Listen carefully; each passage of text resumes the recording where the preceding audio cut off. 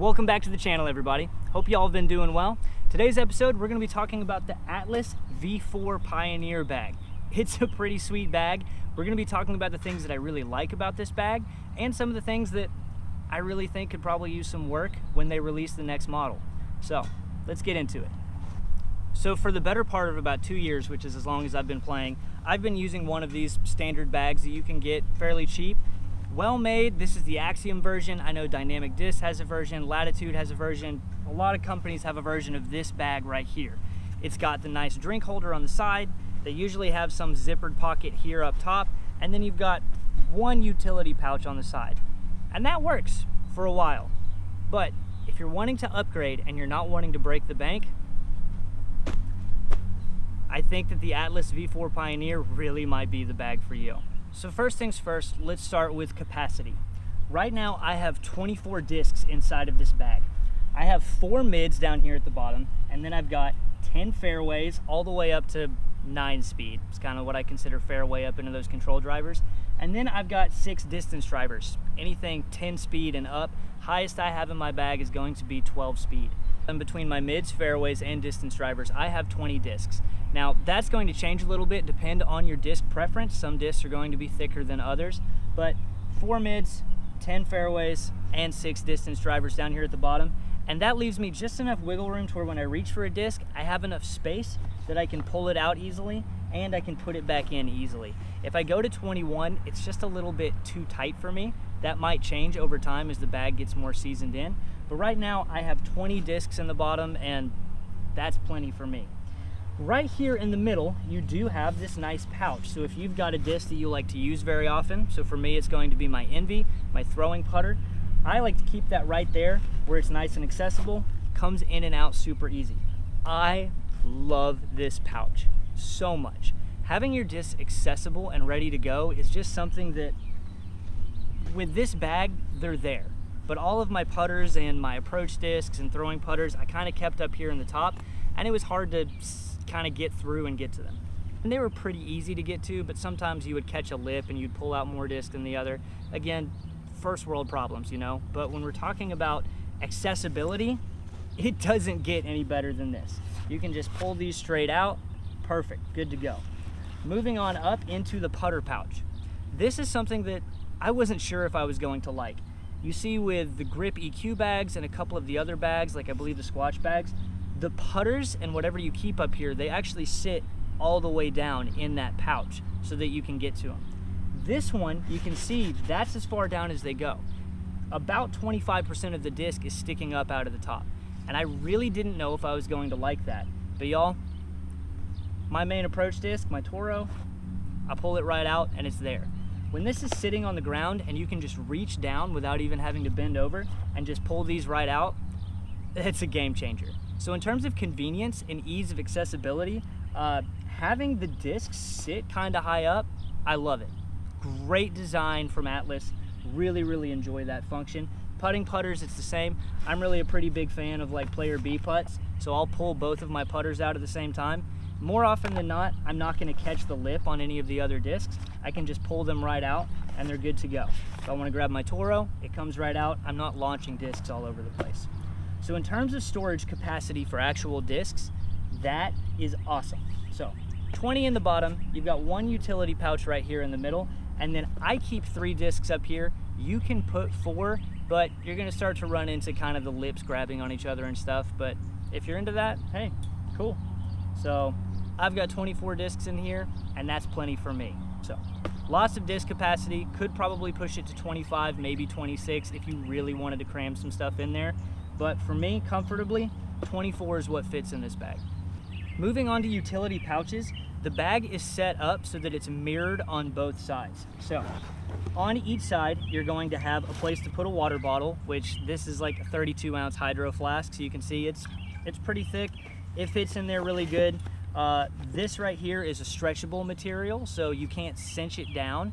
So it is kind of a one size fits all. I've put your regular plastic water bottles in there that you like get at the grocery store, and they sit deep enough that that lip really does scrunch up. It holds them in there nice. I haven't had a water bottle fall out yet.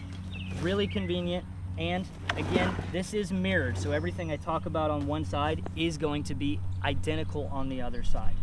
So, looking at this side here, you've got a little utility pouch on the outside. You could put your rangefinder in there maybe. It's kind of a shallow pocket, so right now, I've just got my little, whatever these are called, your dry sack, dry out your hands. It's starting to get summertime, so this is pretty handy.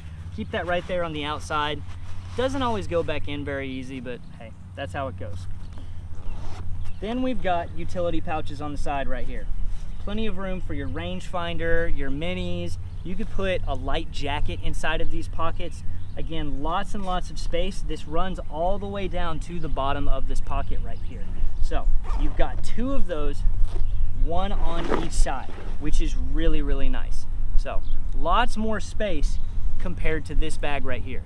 So one of my pitches to you is if you have one of these bags and you just feel like you need more carrying space, then this bag is ideal. I mean, it's essentially got double, if not more than double, of the carrying capacity when it comes to utility products like rangefinders, jackets, all of those things. So lots of storage space.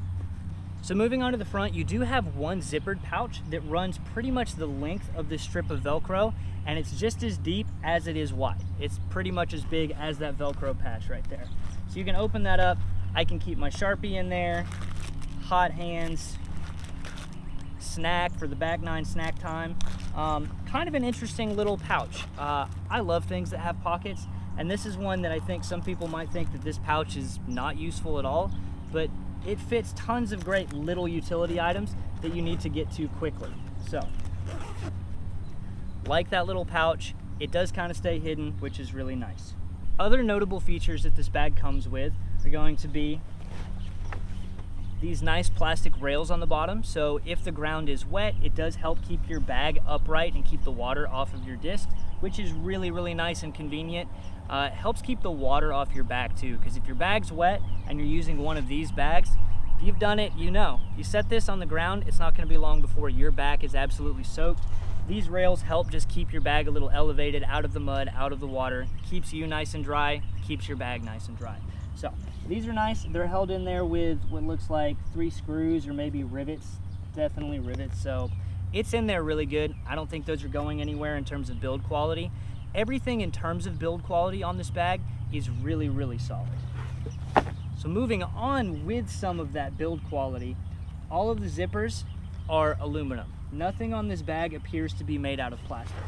You've got a couple of D-rings in certain places. You've got a little D-ring up top that I've got one of my towels hooked onto right now. Right here on the right side of the bag, you do have a strap for probably a tripod or, you know, one of the stick clips to get your disc out of a tree. That's nice.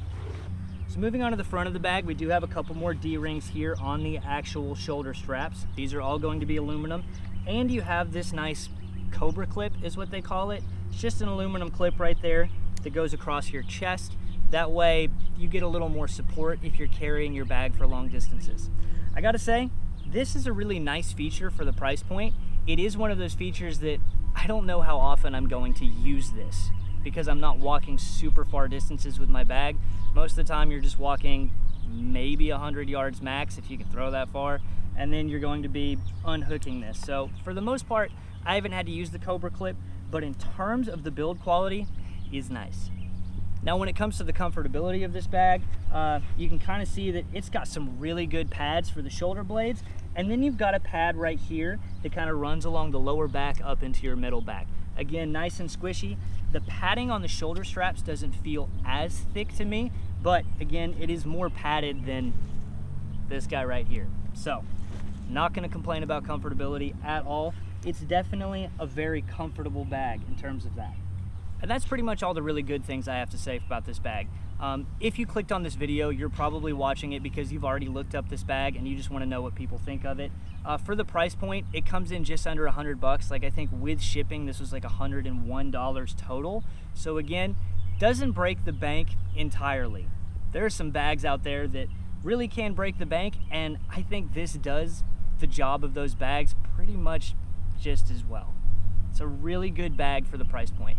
So if your budget is right around that $100 mark or under, I would honestly say that this is probably going to be one of the best bags for the money. Great build quality, Stitching on it from the factory was great. Everything on it seems to be great build quality. You've even got some nice loops on here if you want to hook some carabiners on. Like, when it comes to utility, Atlas really thought through this bag. They wanted to make this as versatile as possible for the consumer, and I really appreciate that because everyone likes to customize their setup, including the nice Velcro patch, which you can put on whatever you want up here. These are just standard size patches. Looks like 3 fits pretty well. You could maybe squeeze 4 in there if you really wanted to. So overall, quality of the bag is really good. Now let's talk about some things that are mildly concerning to me.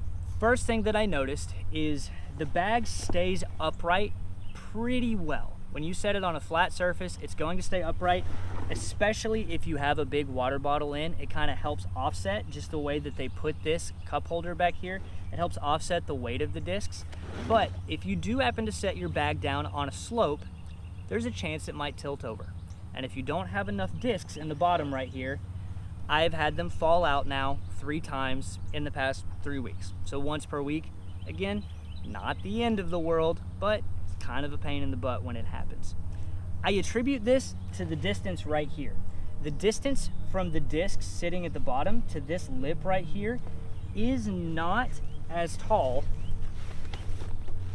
as this one right here.